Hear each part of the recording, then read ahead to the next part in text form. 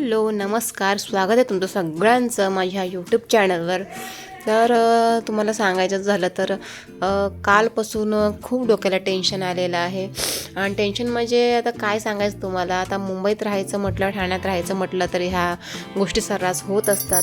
पण आमच्या मागे तर म्हणतात ना, पणवतेही लागलेलीच आहे.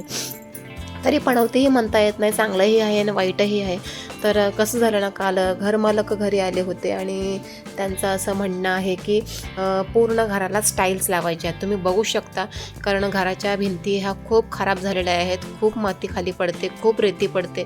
झाडू मारत असेल तर कपाटाच्या मागेवर तर खूप बोगदे पडलेले आहे, दरवाजाच्या मागे खूप खड्डा पडलेला आहे भिंतीला, आणि मंदिराच्या वरती पण खूप फुटलेलं आहे. सोफ्याच्या मागे पण खूप फुटलेलं आहे. खूप घाण पडते. दरवेळेस जेव्हा ते रेंट घ्यायला येतात तेव्हा त्यांनासुद्धा ते खराबच वाटतं. मग ते सुद्धा म्हणाले की आपण घराचं काम करूया, पण ते स्वतः गावी असल्यामुळे कसं जमत नव्हतं. पण यावेळेस त्या आलेले आहेत, तर त्यांचं असं म्हणणं आहे की पूर्ण घराला आपण स्टाईल लावून टाकू. तर इश्यू असा झालेला आहे की पूर्ण घराला स्टाईल लावायचे म्हटलं तर सामान कुठे ठेवायचं, कारण सगळं ते फोडून काढणार, सिमेंट वगैरे सगळं फोडून काढणार. मग ते नंतर भिंती ओल्या करणार, नंतर मध्ये सिमेंट लावणार, स्टाईल लावणार. सो मशीन, कपाट या सोफा एवढ्या वस्तू आहेत हॉलमध्ये, तर त्या तर किचनमध्ये ठेवणं शक्य नाही, कारण किचनचा जो दरवाजा आहे तो पूर्ण म्हणजे छोटा आहे, आतमध्ये काही घुसणार नाही, कपाट तर बिलकुल घुसणार नाही. सो टेन्शन आले आम्हाला, काय करावं काय नको. या खाली करायला सांगतात की काय रूम, म्हणजे काहीच समजत नाही. अजून तर ते काय बोललेले नाही आहेत. काल फक्त मेस्त्रीला घेऊन आले आणि जस्ट दाखवलेलं आहे की असं सगळं करायचं आहे. तर बघूया. माझा जीव माझ्या सामानामध्ये जास्त अडकलेला आहे, म्हणून टेन्शन येतं, कारण सामान खराब होणार. पाणी वगैरे टाकणार तर कसं आहे, दरवाजाला मोठा कट्टा आहे, गुडघ्यापर्यंत कट्टा आहे दरवाजाजवळ, तर पाणी जाण्यासाठी सुद्धा होल नाही आहे. कारण मी तो बुजवलं आहे होल, कारण आमच्या इकडे गल्लीमध्ये पाणी भरतं. असं घरामध्ये म्हटलं त्या होलामधून पाणी वगैरे आलं तर इश्यू होऊ शकतो, म्हणून तो होल पण बुजवला मी सिमेंट लावून. तर खूप मोठा मॅटर झाला. आता काय करणार, भिंतीला पाणी मारलं तर पूर्ण पाणी घरात राहणार, आणि मुलांची शाळा कसं काय होणार ॲडजस्ट तेच कळत नाही आहे. तर बघूया. आणि एखादा दुसरा रूम भाड्याने घेणंसुद्धा सहज शक्य नाही आहे, कारण इकडचं पण 4-5 महिन्याचं भाडं पेंडिंग आहे. परत नवीन बघायचं म्हटलं का तिकडे डिपॉझिट द्यायला जमत नाही.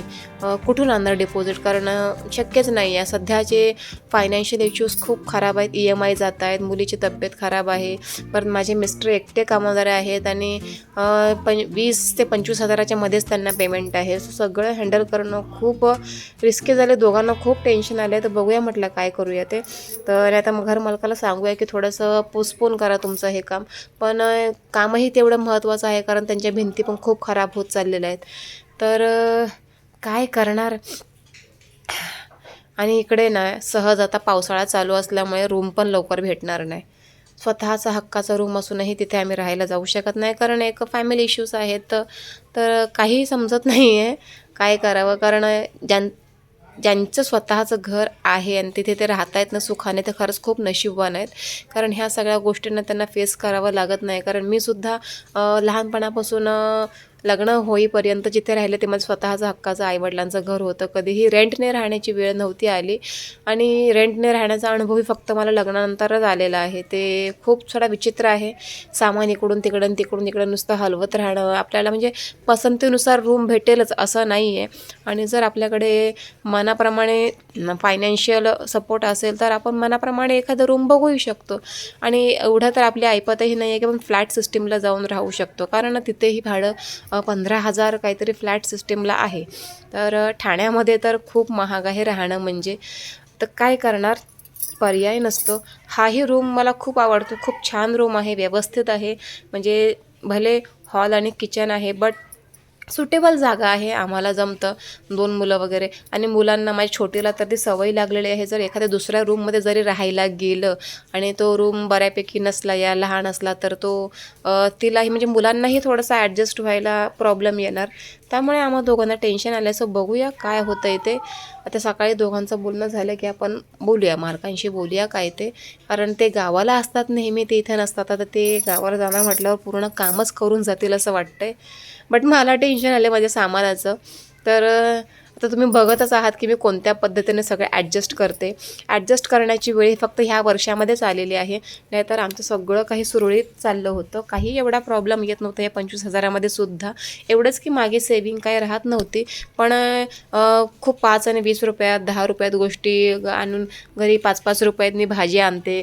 कधी कधी पाव किलो भाजी असेल तर ते 2 मिक्स करून भाज्या आणते. असं सगळ्या गोष्टी करून आम्ही खूप हँडल करत असतो. एक वेळ जेवण बनवतो भरपूर, परत दुसऱ्या वेळेला बनवतच नाही, जेणेकरून गॅसचीही बचत होईल, सगळ्या गोष्टींची बचत होईल. म्हणजे आणि मुलंही लहान आहे, तो जास्त मुलं माझीही हुशार असल्यामुळे जास्त माझ्याकडे काही आर्ग्युमेंट्स करत नाही की मम्मा हे हवं ते हवं. तर सगळ्या गोष्टी मी व्यवस्थित हँडल करतो आहे. अजूनही माहिती नाही की हा वर्ष तरी आमचा असा खूप खराब गेलेला आहे, तर अजून किती वर्ष जातील खराब हे अजून आठवत नाही आहे. म्हणजे आठवत नाही म्हणजे काय करणार, कारण आहेच, म्हणजे आहे, प्रॉब्लेम्स आहेत म्हणजे आहेत. तर कधी सॉल्व होतील काय माहिती नाही, बघूया. पण खरं आहे की जे आमच्या नशिबी प्रॉब्लेम्स आलेत ना, ते कोणाच्याही नशिबी येऊ नये.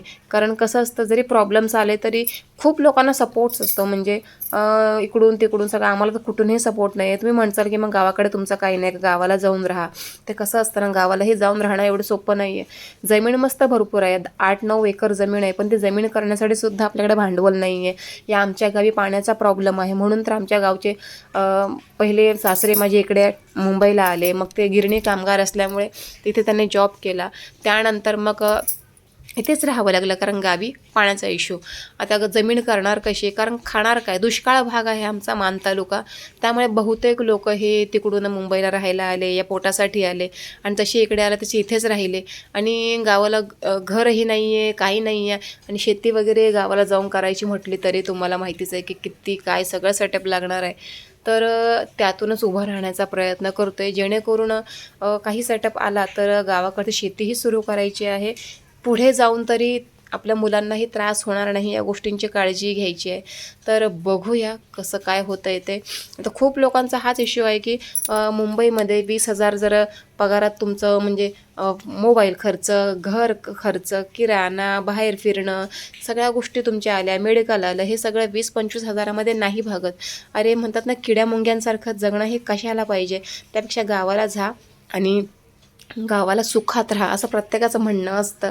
अरे पण गावाला जाऊन हे गावाला तुम्ही काय सुखात राहणार. जसं आपण इथे राहतो आहे सिटीमध्ये, त्याचं पाणी आपल्याला अवेलेबल आहे मुलांसाठी वगैरे, सगळ्या गोष्टी आजूबाजूला अवेलेबल आहे, दवाखाना अवेलेबल आहे. तसा गावच्या ठिकाणी जवळच्या जवळ काहीच नसतं. गावच्या ठिकाणी आमच्या इकडे ना शाळेसाठी सुद्धा मुलं 6 नंतर यायचं म्हटलं का खूप भीती वाटते. आणि स्पेशली मुली 6 नंतर कशा येणार, कारण शाळा लांब लांब आहेत आणि खूप मुश्किल आहे. दवाखानेसुद्धा लांब आहेत, पटकन वाहनसुद्धा उपलब्ध होत नाही. म्हणजे जसं आपल्याला सिटीमध्ये रिक्षा वगैरे अवेलेबल आहे, तशी गावाला रिक्षा अवेलेबल अजिबात नाही. प्रत्येक दारासमोर ठीक आहे बाईक असते, पण ती बाईक आपण मागू शकत नाही, कारण दुसऱ्याची असते शेवटी, किती वेळा मागणार. आणि तुम्हाला तर काय सांगणार, खान पान किराणा खर्च वगैरे काही अवेलेबल नसतं. ते सगळं आपल्याला 1 आठवड्याचं किंवा 15 दिवसाचं भरावं लागतं. तर तुम्ही म्हणसाल गावाला बेस्ट आहे, तर असं काही नाही आहे. गावाला या इथे कुठेही बेस्ट आहे असं मी बिलकुल म्हणणार नाही. जिकडे आपण राहू तिथे बेस्ट आहे.